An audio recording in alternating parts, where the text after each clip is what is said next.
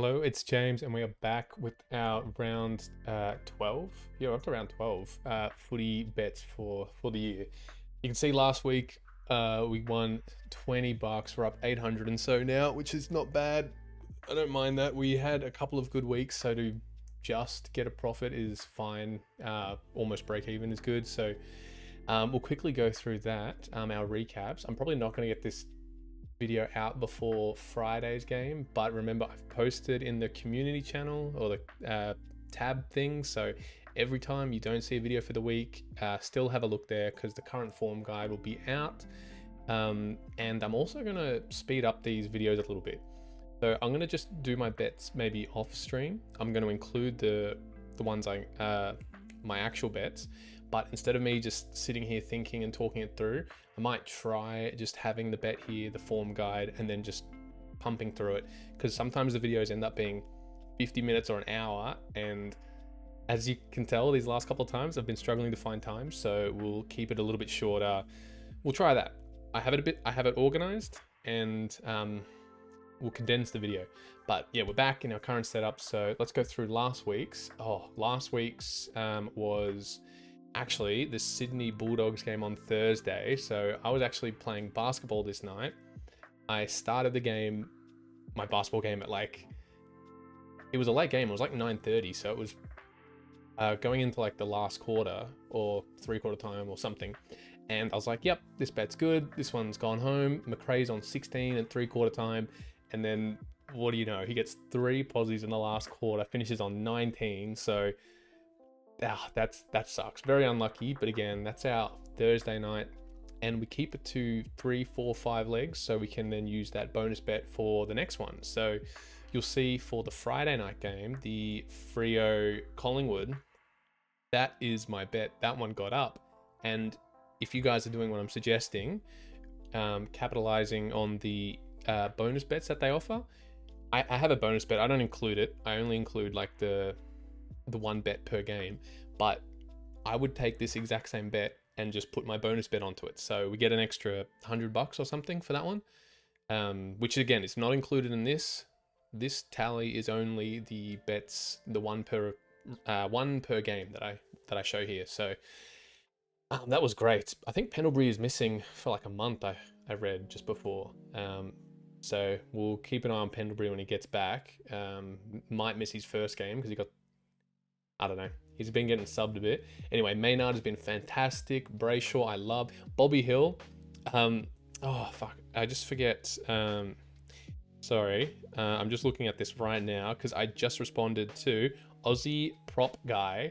He said, why didn't you include Bobby Hill? I like Bobby Hill, but I think I got him for those odds. It would have been over $1.20. They were asking why didn't I include Bobby Hill for tonight's game, the Collingwood Doggies. I like to go for the $1.20, $1.30 plus. If I can't, I kind of go down in tiers. So I'll start off with like, $1.40, but there's not always that many. $1.30 is a great sweet spot. $1.20, and then if there's absolutely nothing, then I'll go below that. But I think Bobby Hill was over. Actually, I've got the stats. I can't be bothered. I think he was over $1.20. So that one was fine. Friday night was great. We got our bonus bet back. And then to start the Saturday, just rough. Connor Rose, I'm going to leave for a long time. He stunk it up and he played forward line for a bit. Barely touched the footy. Looked like he just wouldn't get a kick in the twos. I know he's injured, but man, he looked so rough. And it was funny, at the time I was thinking Connor Rose or LDU. LDU had a great one. Burton just missed. Bergman had an absolute stinker. He had 2 absolute stinkers in a row. That's why I didn't include him for... Did they play last night? Yeah, they played Thursday and he hit. So he's the... I tell you guys, and I try and tell myself, I love the players who miss, and I back them again if their average is higher than what I'm asking them to hit. So Bergman, I think going into... I've got the stats here. Bergman going into last night's game. Oh no, so he was averaging 14.3, but he was $1.82. Anyway, there's a couple of players like that you just keep an eye on, even if they do have a stinker and their odds go up. Sometimes when their odds go up as well, it's kind of a deterrent. You're like, fuck, he's $1.80. He must be shit. So, but that's why I like to have the form guide here and try and remember that I liked him a couple of weeks ago. So it's like I'm backing Tim English tonight. Tim English has missed his last two. He's a player who will average over 15 posies for the year, and yeah, so I think he'll bounce back. Anyway, that's first game of the Saturday. Stunk. Oh, Took Miller again. So remember him for this week. Sam Clossy as well. So he's only played 8 games and he's hit 6 out of the 8. Before that, he was 6 out of 7. So I really liked him. So again, someone to remember for this week. Hewitt was good. He actually missed. Oh, both these guys missed. So McGovern and Hewitt missed last night. Sorry, I'm talking about last night's game a lot because, you know, only watched it yesterday. So McGovern looked like he aged like 5 years since last week. He looked great every game this year, and then he had the padding on his rib or something, and he looked like he was like 40 years old running out there. So we'll remember him. But anyway, I still like Miller. I like Clossy. I like all those guys there. So just, even though that one didn't get up and the bonus bet, unfortunately, that's 2 games through where we didn't get the bonus bet, which sucks. But the next game, the Geelong Giants one, why is that one smaller? Anyway, that one was great. I think Zach Guthrie is just flat out too short now. I'm pretty sure he was like under $1.10, or he was like $1.06 for this week. Tanner Bruin bounced back, and Max Holmes, I think we almost have to say goodbye to his 20 plus disposal market. He's moving into 25 plus. So we've been betting on him a lot this year. And yeah, I think he's losing his value, but he's been great. So I reckon we just got to keep an eye on him for 25 now, see if he can constantly hit that in his next tier. Brad Close, again, he's been so good. Brad Close, Riley West, it's Jamie Cripps. There's a couple of those players who are always paying great, and then they're still hitting. They're very consistent. So, yep, Brad Close hit, and it was at GMHBA, so I wasn't worried about him at all. Next game, Jaden Short. He has constantly been getting like 18, 19, 20. So every time I include him, he's getting like 18, 19. He's always getting so close. He's just consistently missing. Everyone else was fine. Heppel was like free money. He was like $1.20 for 15. Merritt is back in good form. Kyle Langford for 2. I rarely ever go someone for 2 goals, but they're just sometimes, especially when they're versing Richmond or North, those main goal kickers, I always say avoid the people for like $1.10, but sometimes when they're playing a crap team like that, or I'm pretty sure it was like Kyle Langford, he kicked 1 the week before, I really then like him for 2 because he averages more than a goal a game. He averages like 2 and a bit goals a game. So someone to keep an eye on. I think we also did it with Bailey Fritsch coming up in 2 games time. So that one we got. So that was actually our first bonus bet. That was a Saturday night. That was the Saturday night game. And I didn't go as hard. I only did 30 because I wasn't. Oh man, Essendon and Richmond have been very hard to find value this year. So I have 5 legs for just over $3, and I was like, I'm not that confident with. So we then took that bonus bet into the Hawthorn Brisbane. Oh yeah, Dane. I'll tell you what, I'm a Brisbane boy, Brisbane fan, and they have been so just flat out bad this year. I was at this game, so I was in Melbourne. I went to the Marvel game, and then to watch them almost come back at like half-time, three-quarter time, and then just lose it again by 30 points.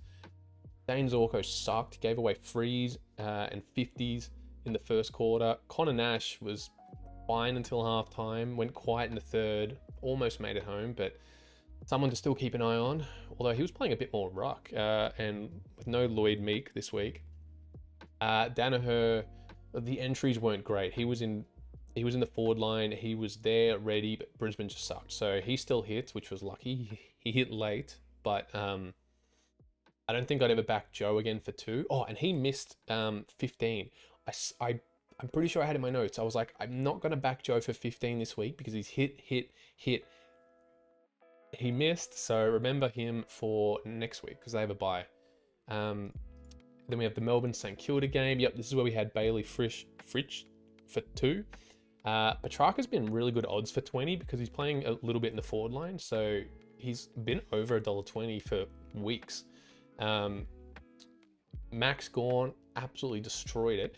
And if you see for who's he versing, he is playing Luke Jackson, Fremantle.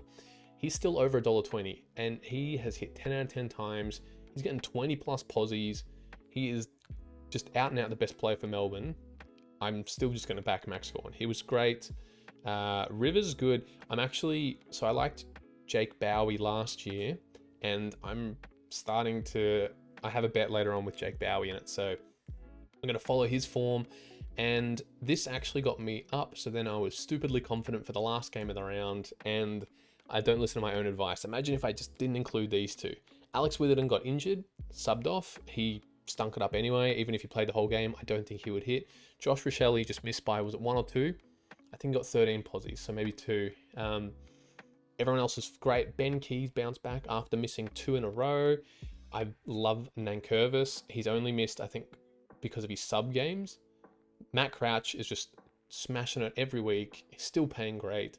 There's players like that, like Matt Crouch, Brayshaw, or Butters. So I said don't bet on Butters last night. I can't even remember if he hit. I don't have the stats in front of me. But I said just don't back Butters because he was $1.18. What did he finish with last night? 24. Oh, so he missed by 1. Remember Butters for next week. But anyway, the point was that there's players, because I love the value in the 15 plus bracket. Because there's constant sort of changes. You can always, if someone has become too short, i.e. Zach Guthrie for Geelong, someone I love and who's now too short, someone else will emerge, like, Jeremy Cameron, Tanner Bruin, Tom Atkins. There's a bunch of other players to pick from who I could easily back. The 25 plus bracket, there's only like one player from like each team that I would like to back. So just say, if Matt Crouch or anyone else who I like is 25 plus, if there's no other people I would pick first, a good price. Anyway, just a little rant or a little thing on 25 plus, because there's no flexibility. I would go Laird, but I'm not that confident. Anyway, so that one was too greedy. So that was last week's bets. What we're going to do for this week, instead of having the bets up on screen, like my Ladbrokes or Neds, and I'm just talking and thinking it through, what I'm actually going to do is, so I have this set up where I have the form guide. I was thinking I could try and have it on the whole screen, but then if you guys are watching on like YouTube or your phone, it might be like, oops, I'm trying to, let's see. If you guys have it on YouTube or your phone, is this text too small if I try and fit it like all in the one screen? So like if I go like 100%, what does this look like? Let me know if that's too small. Otherwise, I'm going to zoom in just a little bit. Let's go to this and we can start from the top. But I have my bet here. I'll have the form guide here because sometimes I'll be doing one bet for like 15, 20 minutes. So here you can just look at what the form guide, the notes I've included, my actual bet. And just remember, so with Lads, Neds, whoever you're using, use the same game multi refund if one leg fails. So pretty much for all the games, I have a bet placed. I think there's 2 where I haven't, but that's because I'm going to see what happens the games before, like the Saturday night or the Sunday night one. I'm going to wait to see what happens beforehand, whether the bonus bet gets used, or if then I just, we'll just wait and see. But I still have a bet that I can provide with you guys. Maynard's been fantastic. He keeps getting the footy. There'll be quarters where he might get 2 or 3 possessions, and I'm like a little worried, but I know he can bounce back. He can have 5, 6, 7 posies in a quarter. So Maynard's been great. English, I mentioned before, has missed in his last 2, and he's averaging over 15. So I'm keen to back him again. And Lockie Bramall, I think I was trying to figure out how to say this before. I was like, why do I like Bramall so much? So I think just with Bevo, that he chops and changes the midfield like so much. Whoever I like, someone else might pop up. Like a couple of weeks ago when Ed Richards came in the midfield, he might take someone else's position, or like when Libba was concussed, that's not Bevo's fault. But then I think like, oh, McRae is going to step in. No, it'll be Richards. And then I saw, actually Caleb Daniel wasn't in CBAs either. Riley Sanders, he'll come in. And I thought Bevo hates Riley Sanders, but now he's got some time in the midfield. And I said in these notes, I said it in my YouTube thing, Jackson McRae has had not one CBA in the last 3 weeks of footy. He's almost a month and he hasn't gone in the centre bounce after a goal. That is insane.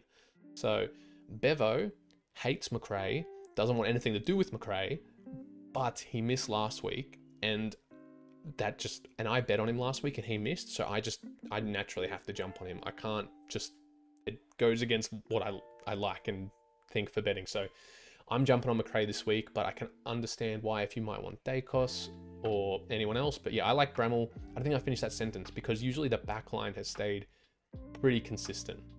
I'm not that worried that Bramall is going to end up in the forward pocket or subbed. If he's subbed tonight, that'll be so unlucky. But anyway, not many people I like in the 25 bracket. I do kind of like Bont. I didn't highlight him again just purely because I don't know what's going to happen there, but I feel like Bont is going to have to play a lot of this in the mid, so I think he's going to hit 25. Treloar wasn't quite paying enough, and Dacos, but Riley West for a goal, look at his stats. I can find value elsewhere. You can see I have 15, 15, 3 15s and a 20 for my bet for disposals. I would prefer to find value in the disposals first before I result to a goal, because with these, the disposals, they can accumulate slowly over the game. A goal, you have like 2.5 hours for one strike rate. I would much rather just see them slowly build up to their goal instead of wait for one opportunity for a goal. That's just me, but I still like Riley West. So if you don't care about that, I advise him. So that is the, oops, let me go back. That was the Collingwood Dogs game. I don't think it's going to be up in time before I upload the video, but I posted in the community section. So let's go to Hawthorn versus Adelaide. Oh, by the way, here's this again, the form and the odds, the color coding for anyone who hasn't seen them. I probably should show that again in a later video, but oh, I was like, that's the wrong one. Here we go. Connor Nash missed last week, who I bet on. I have to include him. Brodie Smith. This is going to be the most Brodie Smith has been paying for like 15 disposals ever. He usually is paying like, what was he paying? $1.25. That's usually what he's paying for 20 plus. So I just had to include him. The Ambrosio, he is averaging 20 posies and he's hit 9 out of 10. And for $1.20, I think that is fantastic. Actually, you know, something I'm working on. This is a little sneak peek to anyone who's at this section. I might introduce this later on, but let's scroll across. So this is the form guide and their average, and I rank it in their odds form, right? So $1.03 down to $3.25. That's the bracket. And I do that for 15, 20, 25 goal. But let's go over here. This is a little testing thing I'm trying to do. So I now rank them. I go, I do their form times the odds equals value, and then I sort it by value. So you can see there's a couple of good value options up here, but I don't think they're safe. But when you start to come down here to when they've hit 8 out of 10, 9 out of 10, 9 out of 10, these are kind of the players I'm selecting anyway. It's just, I don't know, it's cool to see. I've done that with a couple of other games. Like if we go back to tonight's game, like look, Riley West is the best value. So you go like 9 times 1.48 gives you 13, and you can rank them. So obviously if you hit more games, it's going to times by more, but then players like Braden Maynard for 20, like 5 times 2.4, it's good value. So that's the thing. I want to find players with good value and who I think are safe. So obviously I don't think that is safe, so we rule that out. Adam Treloar, that's actually not bad value, but I still think, you know, I'd rather $1.44, because again, when you're doing the same game multi, if you're going to include players like that, you're going to have to include more. But anyway, it's just a little work in progress. So let's go back over here. Might include that more next week. But yeah, Brodie Smith was great. Ambrosio. Luke Nankervis. Okay, so Luke Nankervis, I've got his Luke Nankervis Super Coach. I look on Footy Wire because it's very handy. He has hit he's hit in every game this year, minus his sub-affected game. So he was an activated sub 3 weeks ago, and he's hit in every game, every other game other than that. So that is just fantastic. And we get that for roughly $3. I was hoping it would be more, because what, Luke Nankervis is $1.46, but anyway. Oh, Rochelle. Why didn't I highlight Rochelle? He missed last 2 weeks. I do like that. Yeah, all right, we'll keep it at that. Chase Jones I like, but not for that.